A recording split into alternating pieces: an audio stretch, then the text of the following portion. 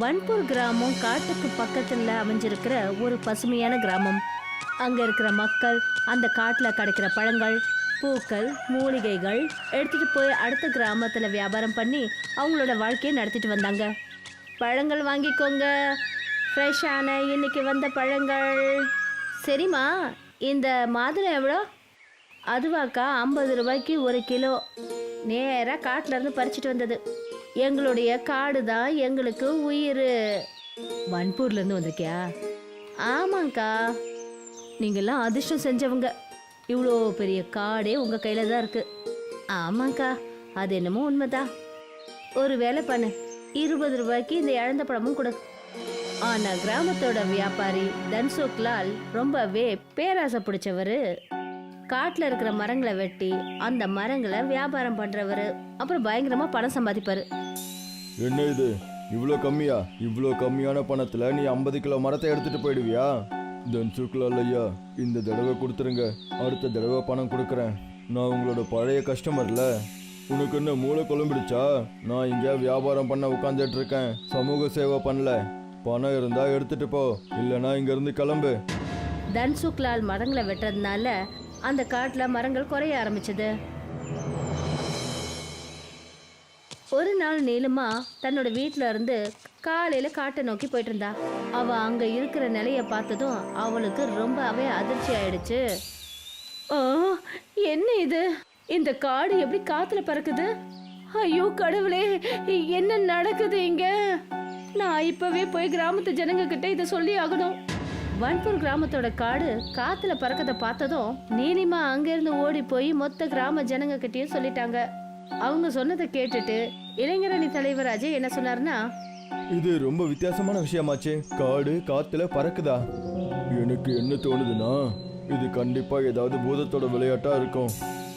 எனக்கு என்ன தோணுதுன்னா, யாரோ நம்ம காட்டுக்கு மந்திரம் தந்திரம் பண்ணியிருக்காங்கன்னு நினைக்கிறேன்.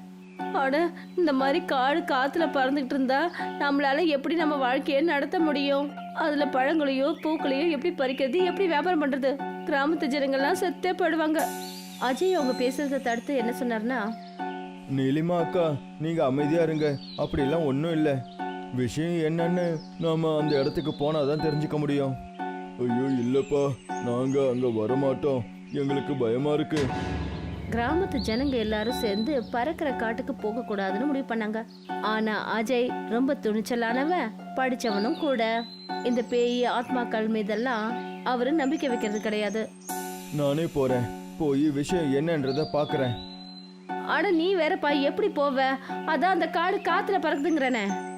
அதுக்கு ஏதாவது ஒண்ணு பண்ணி தான் ஆகணும். அஜயும் கிராமத்து ஜனங்களும் சேர்ந்து ஒரு பெரிய படிக்கட்டை கட்டினாங்க. அத பூமியில இருந்து காட்டுக்கிட்ட வச்சாங்க. அஜய் அந்த ஏணியில ஏறி காட்டுக்கு போனாரு. காத்து ரொம்ப வேகமா வீசுச்சு. அட, இன்னைக்கு காடு ரொம்ப வித்தியாசமா இருக்கே. காத்து இவ்வளோ வேகமா வீசிக்கிட்டு இருக்கு. அஜய் கொஞ்சம் முன்னாடி நடந்து போனாரு. அப்ப அவருக்கு ஏதோ ஒரு சத்தம் கேட்டுச்சு. எப்பா தம்பி, உன்னோட பேரு அஜய் தானே? ஆமாம்மா, நான் வன்பூர் கிராமத்தோட தலைவன். ஆமாப்பா, வன்பூர் கிராமத்து ஜனங்களுக்காக நீ நிறைய விஷயங்களை பண்ணியிருக்க. ஆமாம்மா, நான் என்னோட வேலையை தான் செய்கிறேன். வன்பூர் கிராம மக்களுக்கு இந்த காடு ரொம்ப முக்கியமானது. இதனால தான் கிராமத்தோட வாழ்க்கையே நடந்துகிட்டு இருக்கு. ஆனால் அம்மா, நீங்கள் இங்கே தனியாக என்ன பண்ணுறீங்க? ஒரு விஷயம் புரிஞ்சுக்கப்பா, இப்போதைக்கு இந்த காடு என்னோடது. நான் இந்த காட்டை சேர்ந்தவ. என் குடும்பத்தை சேர்ந்தவங்க இப்போ இந்த உலகத்தில் இல்லைப்பா. இந்த வயசுல என்னால் எங்கே போய் வேலை தேட முடியும்? அதான் இந்த காட்டிலே இருக்க ஆரம்பிச்சிட்டேன். இங்கேயே சாப்பிட சாப்பாடு கிடச்சிரும். பக்கத்தில் தான் என்னுடைய குடிசையும் இருக்கு, அங்கே தான் தங்கி இருக்கேன். ஆனால் உன் கிராமத்தை சேர்ந்த தன்சுக்லால் தான், அதான் இந்த மரத்தெல்லாம் வெட்டி வியாபாரம் பண்ணுறாரு அவரு. அந்த மனுஷன் இந்த காட்டையே அழிச்சுட்டு இருக்காரு. அது உண்மைதாம்மா. அவரோட மர வியாபாரத்துக்காக அவர் மரங்களை வெட்டுறாரு. ஆனால் புது மரங்களை அவர் வைக்கிறதே இல்லை. இதே மாதிரி போயிட்டு இருந்துச்சுன்னா ஒரு நாள் இந்த காடே மொத்தமாக அழிஞ்சிரும். நானும் அவருக்கு எவ்வளோ தடவை புரிய வச்சுட்டேன். இயற்கையோட சமநிலைலாம் அப்படியே கெட்டு போய்கிட்டு இருக்குப்பா. நீங்கள் சரியாக சொல்கிறீங்கம்மா. இந்த காடே அழிஞ்சிருச்சுன்னா அப்புறம் கிராமத்து மக்களும் தப்பிக்க மாட்டாங்க. நீங்கள்லாம் சேர்ந்து அந்த தன்சுக்லால தடுக்கணும். இல்லைன்னா இந்த காடு இதே போல காத்துல பறந்துகிட்டு இருக்கும். அப்புறம் கிராமத்து ஜனங்க இந்த காடே இல்லாம தவிக்க ஆரம்பிச்சிருவாங்க. அம்மா, கிராமத்து தலைவர்ன்ற முறையில் நான் இந்த பிரச்சனையை கண்டிப்பாக தீர்த்துருவேன். ஆனால் நீங்கள் என் கூட வந்துடுங்கம்மா. எங்கள் கிராமம் உங்களை கவனிச்சிக்கும். இல்லப்பா கண்ணா, நீ போ. எனக்கு ஒரே ஒரு காரியம் மட்டும் பண்ணு. அந்த தன்சுக்லாலுக்கு புரிய வையு, இல்லைன்னா இந்த காடே இல்லாம போயிடும்பா. அஜய் இந்த விஷயத்த கிராமத்து ஜனங்க கிட்ட சொன்னதும் கிராமத்து ஜனங்க நேரா தன்சுக்லாலோட வீட்டுக்கு போனாங்க. ஆனா தன்சுக்லால் ரொம்ப நக்கலா பேச ஆரம்பிச்சாரு. என்ன சொல்கிறீங்க? ஒருவேளை நான் என் வேலையை நிறுத்திட்டேன்னா அப்புறம் எப்படி பணம் சம்பாதிப்பேன்? நான் பிச்சைக்காரன் ஆகணுமா? இங்கே பாருங்க, உங்களை உங்கள் வேலையை நிறுத்த சொல்லி யார் சொல்கிறாங்க? நாங்கள் உங்ககிட்ட சொல்ல வந்த விஷயம் என்னன்னா, நீங்கள் மரங்களை வெட்டுறதை குறைச்சிக்கோங்க. அதுக்கு பதிலாக வேற வியாபாரத்தை ஆரம்பிச்சுக்கோங்க. எவ்வளோ மரங்களை வெட்டுறீங்களோ அதை விட 2 மடங்கு மரங்களை காட்டுக்குள்ளே நட்டு வைங்க. இங்கே பாருங்க தன்சுக்லால் ஐயா, ஒருவேளை நீங்கள் அப்படி பண்ணலன்னா நம்ம கிராமமே தப்பிக்காது. நீங்கள் புத்திசாலி. நீங்கள் புது வியாபாரத்தை ஆரம்பிக்கிறதுக்கு நான் உங்களுக்கு உதவி பண்ணுறேன்.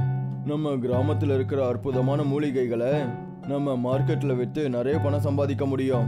அந்த மூலிகைகளை பயன்படுத்தி நம்மளால மருந்து செய்ய முடியும். அதில் நிறைய பணமும் கிடைக்கும். அஜய் புரிய வச்ச உடனே தன்சுக்லாலுக்கு இந்த விஷயம் புரிய ஆரம்பிச்சது. அப்புறம் அதுக்கு அவரும் ஒத்துக்கிட்டாரு. அஜய் மறுபடியும் அந்த காட்டுக்கு போனதும் அந்த வயசான அம்மாவை பார்த்தாரு. இதை கேட்கும்போது சந்தோஷமா இருக்கு. அதாவது தன்சுக்லால் மரத்தை வெட்டுறதை குறைச்சிட்டு நிறைய மரங்களை நடுவேன்னு சொன்னது. அநேகமா இந்த காடு பழையபடி மாறுறதுல எந்த ஒரு பிரச்சனையும் வராதுன்னு நினைக்கிறேன்.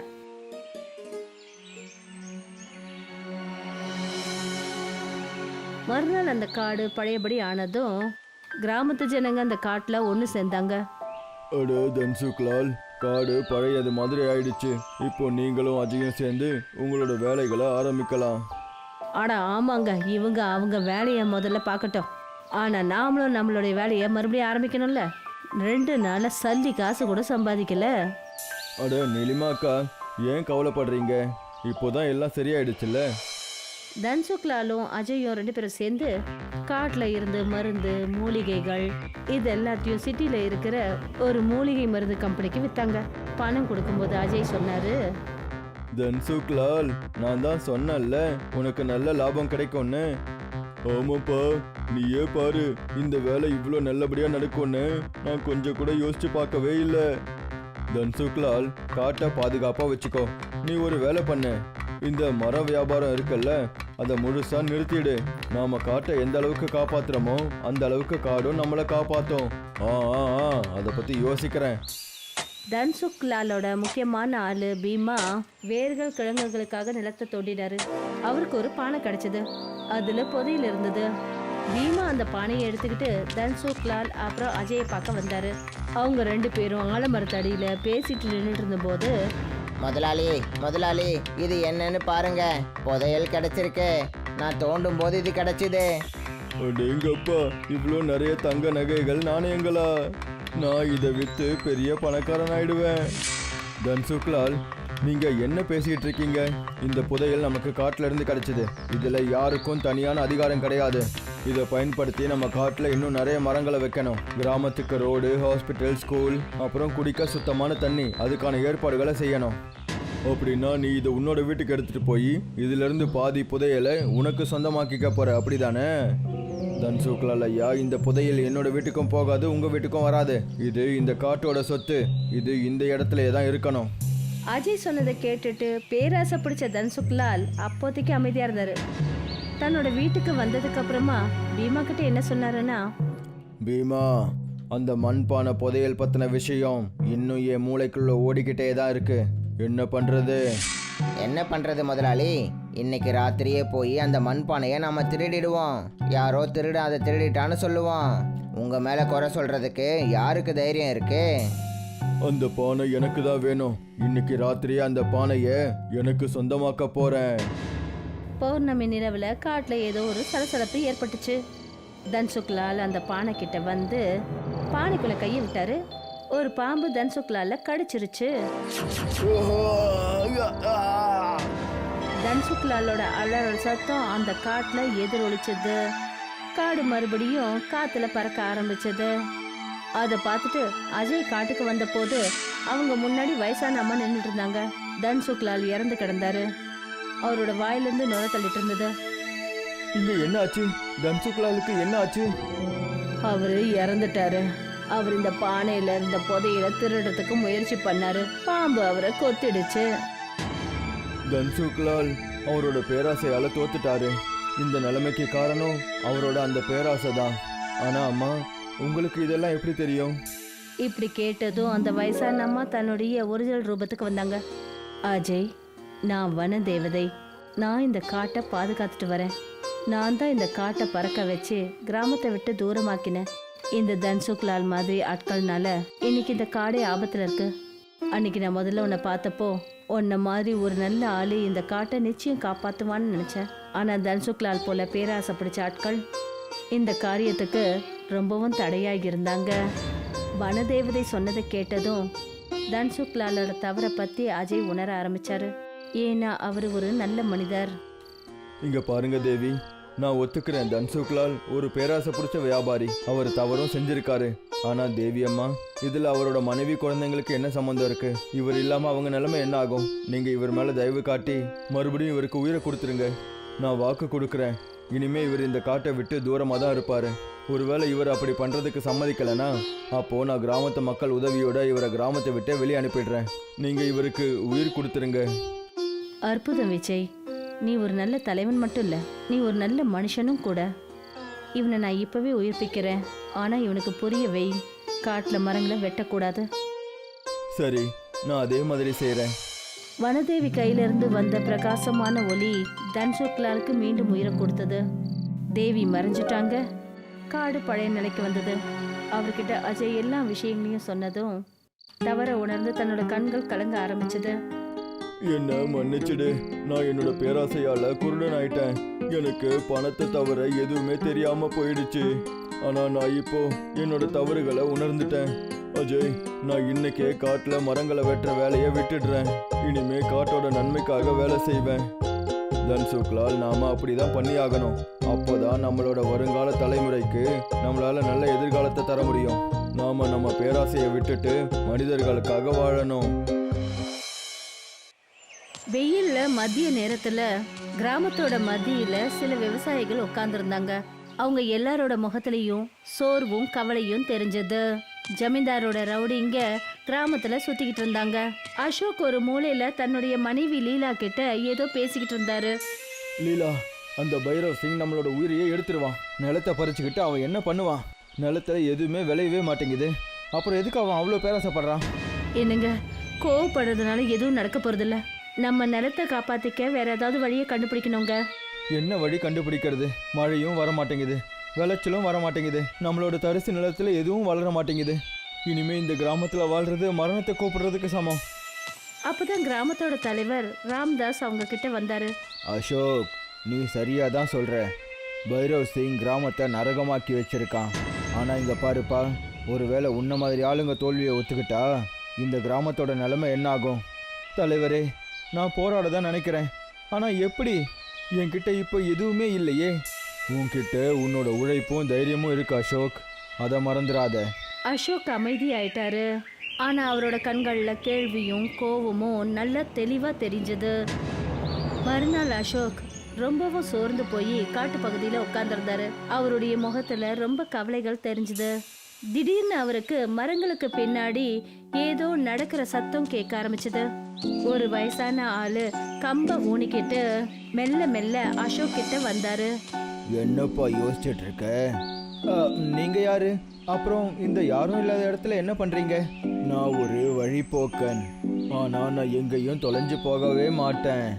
எனக்கு என்ன தோணுதுன்னா, நீ உன் வாழ்க்கையில தோல்வியை ஏத்துக்கிட்ட போல இருக்கு. ஒரு மனுஷன் அவன் வாழ்க்கையில எல்லாத்தையும் இழக்கும் போது தான் தோத்து போறான். என்னோட நிலம் தரிசாயிடுச்சு, என் குடும்பம் பசியோடு இருக்கு. ஆனா ஜமீன்தார் என்னோட எல்லாத்தையும் பறிக்கணும்னு நினைக்கிறாரு. அப்படின்னா நான் தோத்து போனவன் தானே? தோத்து போறவங்களால இல்ல, போராடுறவங்களால தான் இந்த உலகத்தை மாற்ற முடியும். நீ ஒரு விவசாயி. ஒரு விவசாயியோட கையில இந்த பூமியையே மாத்துற அளவுக்கு சக்தி இருக்கு. சக்தியா? என்னோட நிலம் காஞ்சு போயிடுச்சு, அதுல எந்த சக்தியும் கிடையாது. அப்படின்னா சக்தியை நான் கொடுக்குறேன். இந்த 3 விதைகள், இதை உன்னோட நிலத்துல விதைச்சு வச்சிடு. அப்புறம் ஞாபகம் வச்சுக்கோ, இது மூலமா வளர்றது உன்னோட வாழ்க்கையே மாத்திடும். வயசானவர் 3 சின்ன சின்ன விதைகளை அசோக்கோட கையில கொடுத்தாரு. இந்த விதை என்ன பண்ணும்? இதில் மேஜிக் இருக்கா? மேஜிக்குக்கும் உழைப்புக்கும் இருக்கிற வித்தியாசம் உனக்கு சீக்கிரமாகவே புரிஞ்சிடும். ஆனால் ஞாபகம் வச்சுக்கோ, மின்னுற ஒரு பொருளை பாதுகாப்பாக வச்சுக்கிறது சாதாரண விஷயம் கிடையாது.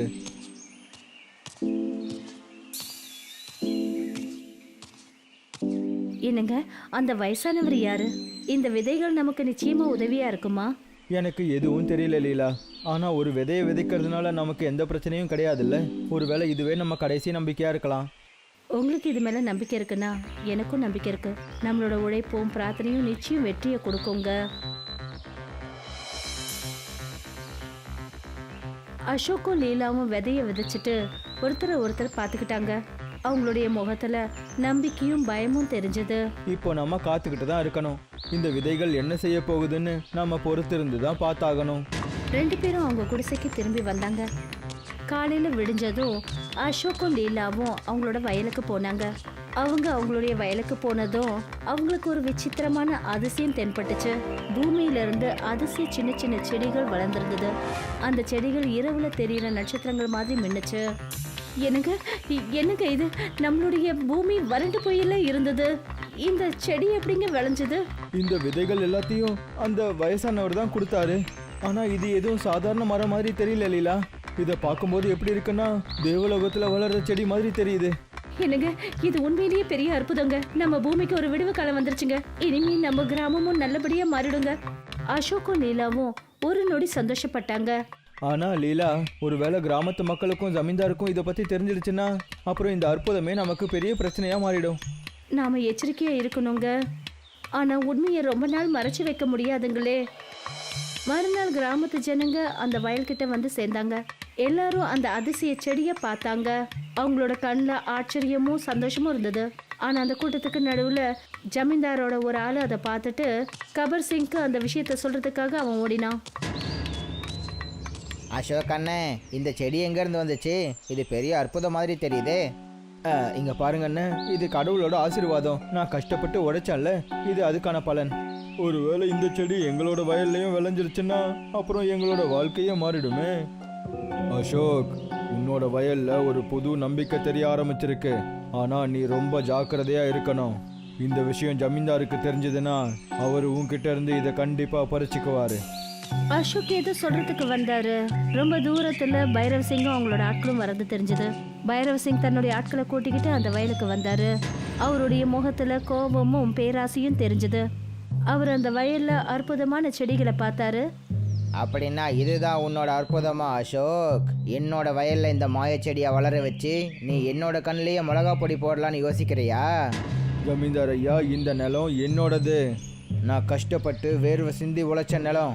இந்த செடிகளில் உங்களுக்கு எந்த அதிகாரமும் கிடையாது. உன்னோட நிலமா? எவ்வளோ தைரியம் இருந்தால் நீ இப்படியெல்லாம் சொல்லுவ? இந்த மொத்த கிராமமும் எல்லா நிலங்களும் எனக்கு தான் சொந்தம். இப்போ இந்த அற்புதமான செடிகளும் என்னோடது தான். இங்க பாருங்க ஜமீன்தார் ஐயா, கடவுள் கொடுத்தத ஒரு மனுஷன் அடையணும்னு நினைக்கிறது ரொம்ப தப்பு. இந்த செடி உழைப்புக்கும் நம்பிக்கைக்கும் கிடைச்ச பலன். வாய மூடுங்க. நான் என்ன நினைக்கிறேனோ அதுதான் நடக்கும். இன்னையிலிருந்து இந்த நிலம் என்னோடது. அசோக், ஒரு வேளை நீ முடியாதுன்னு சொன்ன அப்புறம் விளைவுகளை சந்திக்கிறதுக்கு தயாராயிரு. பைரவ் சிங் தன்னுடைய ஆட்களை அந்த செடிகளை பிடுங்கி எறியறதுக்கு உத்தரவிட்டாரு. அசோக்கும் லீலாவும் நடுவில் நின்று அதை தடுக்கிறதுக்கு முயற்சி பண்ணாங்க. கிராமத்து ஜனங்க அசோக்கு சப்போர்ட் பண்ணாங்க. ஜமீன்தாரோட ஆட்கள் ஆயுதங்களை கையில எடுத்தாங்க. ஜமீன்தார் ஐயா, இது அநியாயம். ஏழைகளோட வயலை பறிக்கிறதுனால உங்களுக்கு எதுவும் கிடைக்காது. எனக்கு தங்கம் கிடைக்கும், புரியுதா? இந்த செடி ஒன்றும் சாதாரண செடி இல்லை. இது ஒளிர்றதை பார்த்தா எனக்கு பெரிய புதையல் கிடைக்கிற மாதிரி இருக்கு. ஜமீன்தார் அவங்களுடைய ஆட்கள்ல அந்த செடிங்களை பிடுங்கி எறிய சொல்லிட்டாரு. அப்புறம் அவர் அங்கிருந்து போயிட்டாரு. அசோக்கும் லீலாவும் ரொம்ப கவலையாயிட்டாங்க.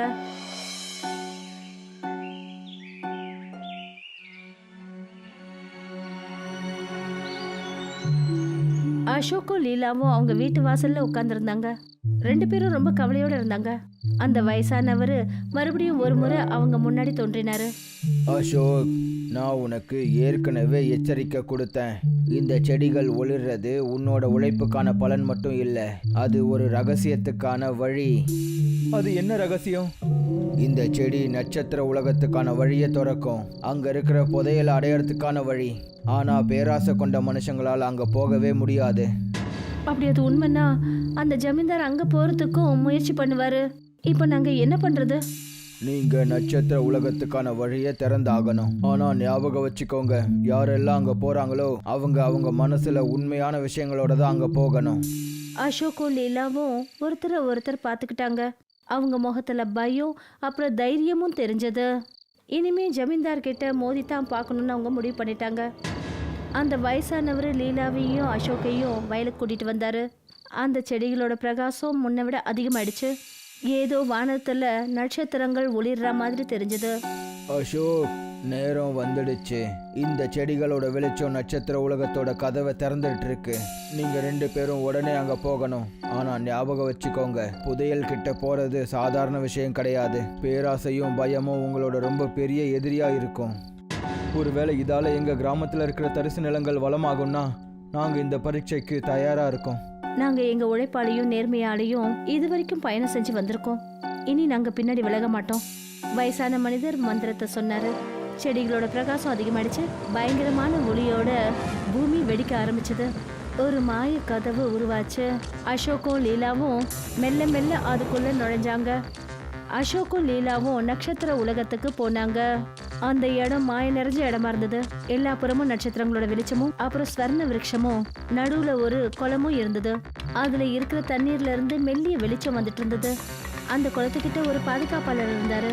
அவருடைய உருவம் பெருசாவும் ஒளி வீசிட்டு இருந்தது. யார் நீங்க? இங்க எதுக்காக வந்திருக்கீங்க? நான் அசோக்.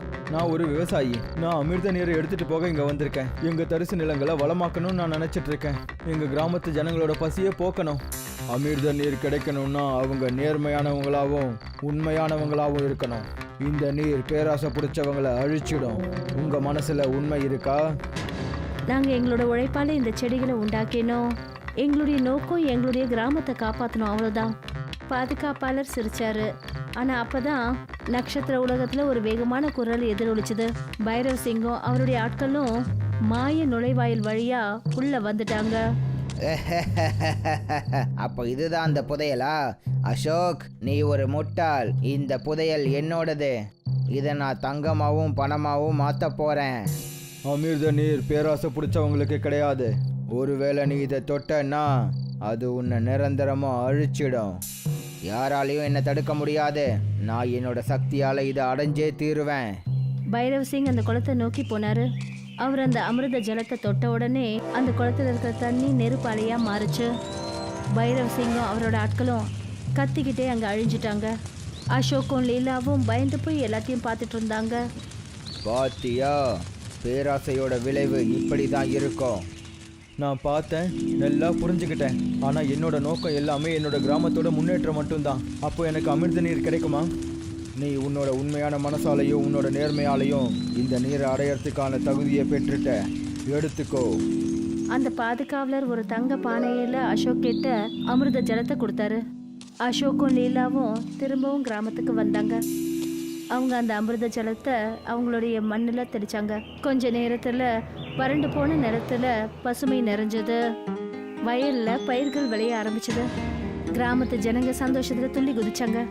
அசோக், நீ எங்களோட நம்பிக்கையை உண்மையா மாத்திட்ட. இப்போ இந்த கிராமம் மறுபடியும் வளமாயிடுச்சு. இது நம்மளோட நேர்மைக்கும் உழைப்புக்கும் கிடைச்ச பலன். நம்மளோட சக்திகள் மேல நம்ம முழு நம்பிக்கை வைக்கணும். அப்புறம் இதையும் புரிஞ்சுக்கணும், பேராசைப்படுறதுனால எதுவும் கிடைக்காது. ஆனா சுயநலம் இல்லாம இருந்தா எப்பவும் நல்லதுதான் நடக்கும். கிராமத்து ஜனங்க அசோக்கும் லீலாவுக்கும் நன்றியை சொன்னாங்க. கிராமத்துல எல்லாரும் சந்தோஷமானாங்க. அசோக்கும் லீலாவும் வயல்கிட்ட போனாங்க. அந்த வயசான மனிதர் மறுபடியும் ஒரு முறை அவங்க முன்னாடி தோன்றினாரு. நீங்க யார் ஐயா? நீங்க எதுக்காக எங்களுக்கு உதவி செஞ்சீங்க? அசோக், நான் நட்சத்திர உலகத்தோட பாதுகாவலன். பல யுகங்களா நான் பூமியில பயணம் பண்ணிட்டு இருக்கேன். உண்மையும் நேர்மையும் இருக்கிற மனுஷங்களை தேடி அவங்களுக்கு உதவி செஞ்சுக்கிட்டு இருக்கேன். அவங்க பூமியையும் வாழ்க்கையும் வளமா பாத்துக்கிறவங்களுக்கு உதவி செஞ்சுக்கிட்டு இருக்கேன். ஆனா எங்களை எதுக்காக நீங்க தேர்ந்தெடுக்கணும்? ஏன்னா உங்களோட உழைப்பையும் உண்மையையும் நான் பார்த்துருக்கேன். உங்களை மாதிரியான மக்கள் தான் அமிர்தத்தையும் நட்சத்திர உலகத்தோட சக்தியையும் சரியாக பயன்படுத்துவீங்க.